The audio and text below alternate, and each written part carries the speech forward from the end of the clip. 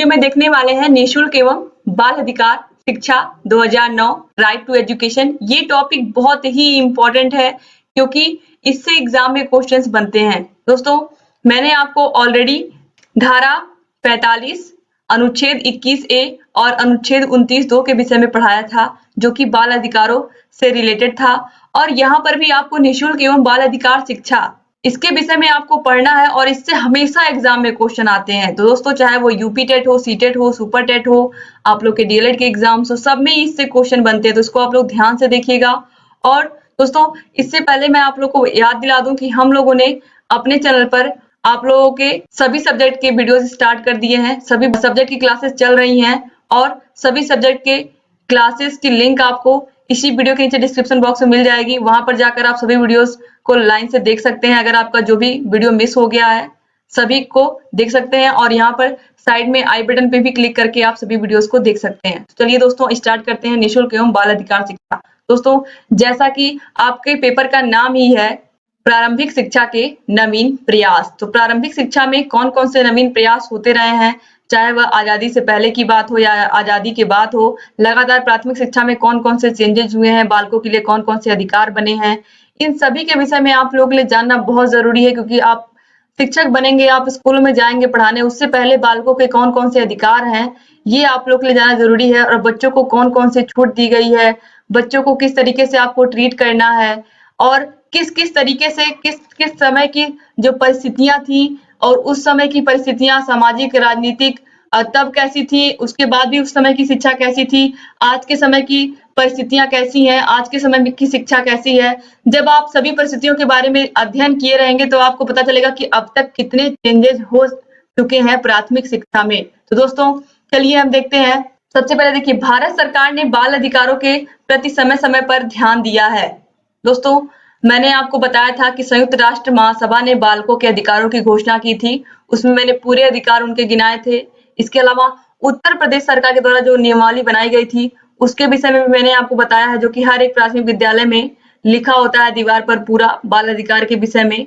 अब यहाँ पर देखिए, 6 से 14 वर्ष की आयु के प्रत्येक बालक को निःशुल्क और अनिवार्य शिक्षा का अधिकार है। ये 29(2) जो आपका अनुच्छेद 21A है। दोस्तों, अनुच्छेद 21A में ये कहा गया है कि 6 से 14 वर्ष की आयु के सभी बालकों को निःशुल्क और अनिवार्य शिक्षा का अधिकार है और इस अधिकार का पालन सभी राज्य सरकारें कानून बनाकर करेंगी। तो ये आप बिल्कुल रट लीजिए इस अनुच्छेद को, क्योंकि ये एग्जाम में बार बार पूछता है। संविधान के 86वें संशोधन द्वारा शिक्षा के अधिकार को प्रभावी बनाया गया है, जिसमें प्रावधान है कि सरकारी विद्यालय सभी बालकों को निःशुल्क पढ़ाएंगे और विद्यालय प्रबंध समितियों द्वारा उनका समायोजन या फिर उनका प्रबंध किया जाएगा। अब देखिए, निजी विद्यालय न्यूनतम 25% बालकों को निःशुल्क नामांकित करेंगे। इस प्रकार गुणवत्ता के सभी पहलुओं पर गौर किया गया है। तो आप देखिए, यहाँ पर कहा गया है कि जो निजी विद्यालय है, इसका मतलब आप समझ रहे हैं जो प्राइवेट विद्यालय हैं, उनमें केवल 25% बालकों को निःशुल्क शिक्षा का अधिकार है। यानी कि ऐसे बच्चे जो गरीब तबके से आते हैं, जिनके माता पिता फीस का वहन नहीं कर सकते हैं, ऐसे छात्रों को, ऐसे 25% छात्रों को अपने यहाँ एडमिशन देना पड़ेगा, निजी विद्यालयों को या प्राइवेट स्कूलों को। लेकिन आप में से कोई भी कमेंट करके मुझे बताएगा, क्या ऐसा किसी भी स्कूल में ऐसा रूल है, जितने प्राइवेट स्कूल हैं, जिसमें 25% बच्चों को निःशुल्क शिक्षा दी जाती है? ऐसा कोई स्कूल आपको नहीं मिलेगा। आपके शहर में आप ढूंढोगे, क्योंकि जितने प्राइवेट स्कूल हैं सभी बच्चों से फीस लेते हैं।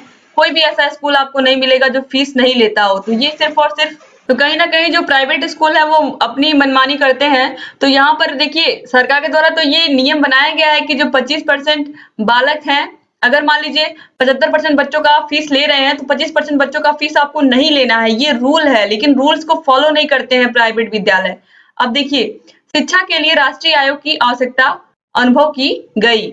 अब यहाँ पर देखिए, इसके बाद हम देखेंगे, जो अभी आपने देखा कि 6 से 14 वर्ष के आयु के बालकों को निःशुल्क शिक्षा दी जाएगी। अब ये निःशुल्क शिक्षा क्यों दी जाएगी, उसका उद्देश्य भी तो कुछ होगा, क्यों दी जाएगी। देखिए, इस विधेयक में सभी बालकों को अनिवार्य रूप से प्रारंभिक से माध्यमिक विद्यालय तक की शिक्षा पर बल दिया गया है, जिससे इस आयु वर्ग के सभी बालकों को शिक्षा देने से उनके भविष्य का आधार तैयार हो सके। अगर बच्चा पढ़ेगा लिखेगा नहीं तो उसका भविष्य का आधार कैसे तय होगा, क्योंकि आज के टाइम में अगर आपको नॉलेज चाहिए तो आपको सबसे पहले स्कूल में एडमिशन लेना पड़ेगा, आपको पढ़ाई करनी पड़ेगी, आपको बहुत सारी चीजें सीखनी पड़ेंगी। दोस्तों, विद्यालय में जाने का उद्देश्य क्या होता है? आप चाहो तो घर से भी पढ़ सकते हो, लेकिन विद्यालय में जाने से बच्चे बहुत कुछ बच्चों के साथ सीखते हैं, जैसे कि चाहे वो सहायता करना हुआ, चाहे दोस्ती कैसे निभाते हैं, सहायता कैसे एक दूसरे की जब जरूरत हो तो किस तरीके से दूसरे की सहायता करते हैं, एक दूसरे को अगर किसी भी तरीके की तकलीफ हो जाए आपके फ्रेंड को तो आप किस तरीके से उसकी मदद करते हैं।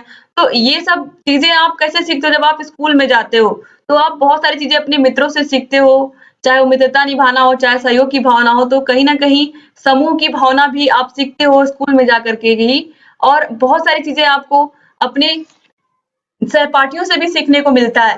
तो यहाँ पर देखिए, स्कूल में बच्चे जाते हैं, शिक्षा भी ग्रहण करते हैं, उनका पूर्ण रूप से उनका संपूर्ण विकास भी होता है और साथ ही साथ वो योग्य नागरिक भी बनते हैं। तो इसीलिए जो 6 से 14 वर्ष की आयु की शिक्षा है, सरकार के द्वारा इसीलिए उसको निःशुल्क की गई है। सरकार के द्वारा जो निःशुल्क शिक्षा का अधिकार दिया गया है बच्चों को, और सभी बच्चों का ये राइट है, राइट टू एजुकेशन 2009 आपने अभी देखा कि सभी बच्चों को निःशुल्क शिक्षा का अधिकार है।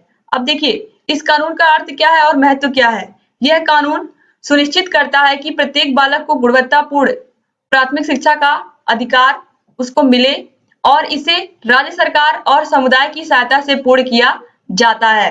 तो ये हो गया किस तरीके से ये कानून क्यों बनाया गया, ताकि प्रत्येक बालक को गुणवत्तापूर्ण शिक्षा मिले। और राइट टू एक्ट एजुकेशन जो है, शिक्षा का अधिकार, इसी के बाद टेट की परीक्षा आयोजित होने लगी। 2011 से टेट की परीक्षा सभी राज्यों में और सीटेट जो कि सेंट्रल लेवल पर आयोजित होती है केंद्रीय विद्यालयों के लिए। तो इस तरीके से इन जो एंट्रेंस एग्जाम हुए, टीचर एलिजिबिलिटी टेस्ट भी इसीलिए बनाया गया कि बच्चों को अधिक से अधिक गुणवत्ता पर टीचर मिले। जब अधिक से अधिक गुणवत्तापूर्ण टीचर मिलेंगे तो जो शिक्षा की गुणवत्ता होगी वो अपने आप बढ़ जाएगी। अब देखिए, अभी तक तो केवल टेट था, उसके बाद सुपर टेट भी आ गया 2018 से हमारे उत्तर प्रदेश में।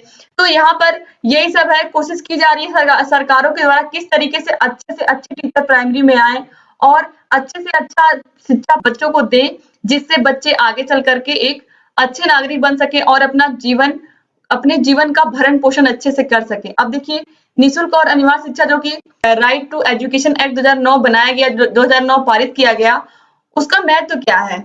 6 से 14 वर्ष के सभी बालकों को अपने पड़ोस के विद्यालयों में निःशुल्क और अनिवार्य शिक्षा प्राप्त करने का अधिकार मिलेगा। इसके लिए उनके अभिभावकों को प्रत्यक्ष शिक्षा प्राप्त करने के लिए कोई भी प्रत्यक्ष या अप्रत्यक्ष शुल्क विद्यालय, गणवेश, पाठ्य पुस्तकें, मध्याह्न भोजन तथा परिवहन शुल्क नहीं लिया जाएगा। सरकार बालकों को निःशुल्क विद्यालय सुविधा उपलब्ध कराएगी। तो यहाँ पर देखिए इसका क्या महत्व है बच्चों को। अब देखिए, स्कूल में बच्चा जाएगा तो उसको निःशुल्क यूनिफॉर्म मिलेगा, 2 सेट निःशुल्क यूनिफॉर्म मिलेगा, उसको जूता मोजा, इसके अलावा उसको कॉपी किताब भी मिलेगी स्कूल में। इसके अलावा बच्चे को बैग भी मिलता है, यानी कि कुछ भी बच्चे को घर से लाने की जरूरत नहीं, सारी चीजें स्कूल उसको अवेलेबल करवा रहा है। इसके अलावा सबसे महत्वपूर्ण चीज एमडीएम, बच्चे को खाने को भी स्कूल में मिल रहा है। अगर वो टिफिन नहीं लेके आ पा रहा है तो भी कोई दिक्कत नहीं है। तो सरकार के द्वारा जितना अधिक से अधिक योजनाएं बनाई जा सकती थी, अधिक से अधिक बच्चों के लिए किया जा सकता है, उतना सरकार कर रही है। तो यहाँ पर आप देख रहे हैं कि जो राइट टू एक्ट एजुकेशन है उसका कितना महत्व है। समुदाय एवं अभिभावकों की भूमिका, ये बहुत महत्वपूर्ण है कि सिर्फ और सिर्फ टीचर अकेला कुछ नहीं कर सकता जब तक उस स्कूल में समुदाय और अभिभावकों की भूमिका ना हो। यानी कि आसपास का जो समाज है, जैसे अगर गांव में प्राइमरी स्कूल है तो गांव के लोग भी सपोर्ट करें। वहां के जो अभिभावक है, जो बच्चे पढ़ने आते हैं, उनके जो अभिभावक हैं, वो भी बच्चों की पढ़ाई में इंटरेस्ट ले। बच्चा उनका पढ़ रहा है सही से स्कूल में जा करके कि नहीं, घर पर आ रहा है, होमवर्क पूरा कर रहा है कि नहीं, ये भी तो अभिभावकों की जिम्मेदारी। टीचर तो केवल स्कूल में पढ़ा रहा है, टीचर के पास तो बच्चा केवल 5 से 6 घंटे रह रहा है, बाकी समय तो अपने माता पिता के, अपने परिवार के बीच में रह रहा है। तो उसके परिवार का भी दायित्व है कि वो उसका होमवर्क पूरा करवाए, उसकी कॉपी किताब देखे, कहीं किसी चीज की कोई प्रॉब्लम तो नहीं है, उसके पास पेंसिल है कि नहीं है। तो ये सब चीजें माता पिता को भी ध्यान देना पड़ेगा, बच्चा कितना प्रोग्रेस कर रहा है। बच्चों टीचर को खुद इसीलिए टीचरों के द्वारा अभिभावकों की मीटिंग बुलाई जाती है, टीचर पेरेंट्स मीटिंग होती है स्कूलों में। इस तरीके से पूरी कोशिश की जाती है कि बच्चों का विकास किया जाए सही तरीके से, सही ढंग से, और उनको सभी विषयों को अच्छे से पढ़ाया भी जाए। अब देखिए, निःशुल्क और अनिवार्य शिक्षा का अधिकार राइट टू एजुकेशन कानून सन 2009 का पारित होना भारत के बालकों के लिए ऐतिहासिक क्षण है। राइट टू एजुकेशन कानून सन 2009 का पारित होना भारत के बालकों के लिए ऐतिहासिक क्षण है। भारत के इतिहास में पहली बार गुणवत्तापूर्ण शिक्षा का अधिकार दिया गया है, जिसे राज्य सरकार द्वारा परिवार और समुदाय की सहायता से पूरा किया जाएगा। तो इस तरीके से देखिए, ये एक ऐतिहासिक बदलाव था राइट टू एजुकेशन एक्ट, जिसके द्वारा पूरी कोशिश की गई कि बच्चों को गुणवत्तापूर्ण शिक्षा दी जाए और 2009 में ये पारित हुआ था, ये भी आप याद रखिएगा। और 1 अप्रैल 2010 से पूरे देश में लागू हुआ था और इसी के बाद से 2011 में टेट की परीक्षा और सीटेट की परीक्षा पूरे देश में आयोजित की गई थी। तो ये भी आप लोग याद रखिएगा। तो पूरी कोशिश यही थी राइट टू एजुकेशन एक्ट के बारे में अगर मैं सिर्फ संक्षेप में कहूँ तो अच्छे से अच्छा गुणवत्तापूर्ण बच्चों को शिक्षा देना और बच्चों को निःशुल्क किताबें, निःशुल्क यूनिफॉर्म, इन सभी चीजों के बारे में बच्चों को अवगत कराना कि किस तरीके से कड़ाई से इसको कानून बनाया गया ताकि कड़ाई से इन नियमों कानूनों का पालन हो और बच्चों को अधिक से अधिक सुविधा मिल सके, जिससे बच्चे स्कूल में आए और शिक्षा ग्रहण करें, साथ ही साथ अपने सभी उद्देश्यों को भी पूरा करें। दोस्तों, उम्मीद करती हूँ कि आपको राइट टू एक्ट एजुकेशन यहाँ पर जो है राइट टू एजुकेशन एक्ट अच्छे से समझ में आया होगा और आप लोग लगातार ऐसे ही हमारे वीडियोस को देखते हुए रहिए और जहां कहीं भी आपको प्रॉब्लम है आप लोग कमेंट बॉक्स में कमेंट करके हमें बताइए, हम आपके सभी प्रॉब्लम्स को भी दूर करेंगे। दोस्तों, वीडियो में जहां कहीं भी आपको प्रॉब्लम हो आप प्लीज कमेंट बॉक्स में कमेंट करके हमें बता दिया करिए और लगातार आप लोगों के लिए ऐसे ही कंटेंट लेकर के आते रहेंगे, ऐसे ही वीडियोस लेकर के आते रहेंगे। आप लोगों के सभी चैप्टर्स को कवर कर देंगे, फिर आप लोगों के लिए क्वेश्चंस, मॉडल पेपर्स भी, प्रीवियस ईयर क्वेश्चन पेपर भी लेकर के आते रहेंगे। आप लोग के सेकंड सेमेस्टर को पूरा कंप्लीट हम लोग कवर कर देंगे और आप लोगों को कहीं भी किसी प्रकार की कोई समस्या नहीं होगी आगे, क्योंकि हम लोग लगातार आपको समझाते हुए सभी चैप्टर्स को चल रहे हैं। उम्मीद करती हूँ कि आपको ये पूरा वीडियो समझ में आया होगा और आपको कहीं किसी प्रकार की कोई समस्या नहीं हुई होगी। दोस्तों, आगे चल करके भी मैं आपको और अच्छे ऐसे ही वीडियोस लेकर के आप लोग के आऊंगी और लगातार ये पूरा आप लोगों का ये सब्जेक्ट कंप्लीट करवा दूंगी। और दोस्तों, अगर अभी तक आपने हमारे चैनल को सब्सक्राइब नहीं किया तो प्लीज सब्सक्राइब कर दीजिए और घंटी के निशान को जरूर दबा दीजिए, जिससे हम जो भी नई वीडियोस बनाते हैं उसका नोटिफिकेशन आपके पास समय से पहुंच जाए और